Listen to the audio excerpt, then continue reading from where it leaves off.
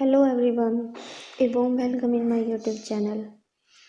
आज हम पढ़ेंगे अपकार स्कोर के बारे में। सबसे पहले तो हमें पता होना चाहिए कि ये होता क्या है, इसका यूज़ हम क्यों करते हैं। अपकार स्कोर का यूज़ हम नियोनेट की कंडीशन को असेस करने के लिए करते हैं। इसमें हम बेबी के रेस्पिरेटरी स्टेटस को असेस करते हैं, सर्कुलेटरी स्टेटस को असेस करते हैं और न्यूरोलॉजिकल स्टेटस को असेस करते हैं। तो शुरू करते हैं आज का टॉपिक, अपकार स्कोर। सबसे पहले आता है कि अपकार स्कोर किसने इन्वेंट किया था। अपकार स्कोर डॉक्टर वर्जीनिया अपकार ने 1952 में इन्वेंट किया था। अब आती है अपकार स्कोर की टाइमिंग। अपकार स्कोर हम किस किस टाइम पे लेते हैं। अपकार स्कोर हम एट 1 मिनट पे असेस करते हैं, 5 मिनट्स पे असेस करते हैं और 15 मिनट्स पे असेस करते हैं। 1 मिनट पे असेस करते हैं जब बेबी बोर्न होता है तो हम 1 मिनट पे अपकार स्कोर लेते हैं नियोनेट का, बिकॉज 1 मिनट पे स्कोरिंग करेक्ट नहीं आती। उस टाइम बेबी बोर्न हुआ होता है और उसको भी थोड़ा टाइम लगता है एक्सटर्नल इन्वायरमेंट में एडजस्ट करने के लिए, इसीलिए हम 5 मिनट्स पे भी अपकार स्कोर लेते हैं। उसके बाद 15 मिनट्स पे हम अपकार स्कोर तब लेते हैं तब फिजिशियन के ऑर्डर होते हैं। जब फिजिशियन ऑर्डर करता है तभी हम अपकार स्कोर लेते हैं बेबी का। इसमें हम बेबी का रेस्पिरेटरी एफर्ट असेस करते हैं और अगर स्कोरिंग कम आती है तो हम बेबी को केयर प्रोवाइड कर सकते हैं। अब देखते हैं हम क्राइटेरिया फॉर अपकार स्कोर। इसको हम अपगार नाम से ही याद रख सकते हैं। ए से हम अपीयरेंस चेक करते हैं, पी से पल्स, जी से ग्राइमेसी, ए से एक्टिविटी और आर से रेस्पिरेशन। 5 वाइटल इंडिकेटर्स होते हैं अपगार स्कोरिंग के, वो इसी में इंक्लूड। अब अपगार स्कोर की टोटल स्कोरिंग कितनी होती है। टोटल स्कोरिंग इसकी होती है 10। अगर स्कोरिंग 7 से 10 के बीच आई इट मीन्स नो डिप्रेशन, और अगर 4 से 6 के बीच में आती है तो हम बोलते हैं कि माइल्ड डिप्रेशन है बेबी को, और अगर 0 से 3 के बीच आती है तो होती है बेबी सीवियर डिप्रेस्ड है।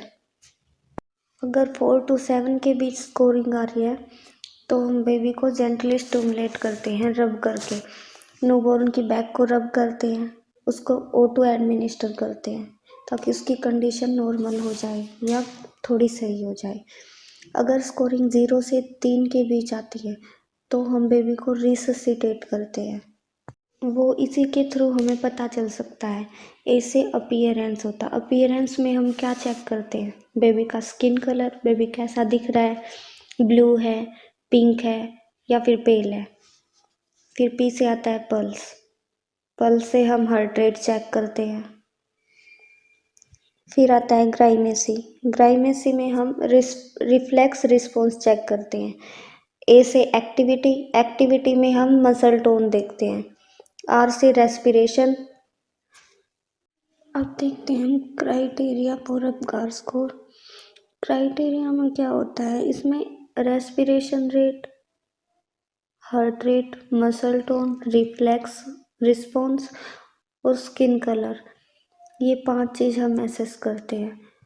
अगर बिल्कुल ही अब्सेंट है तो हम उसको स्कोर करते हैं 0, और अगर कुछ कुछ है उस बेबी में प्रेजेंट तो उसको हम देते हैं 1 स्कोर, और अगर बेबी बिल्कुल सही है तो उसको हम देते हैं 2 स्कोर।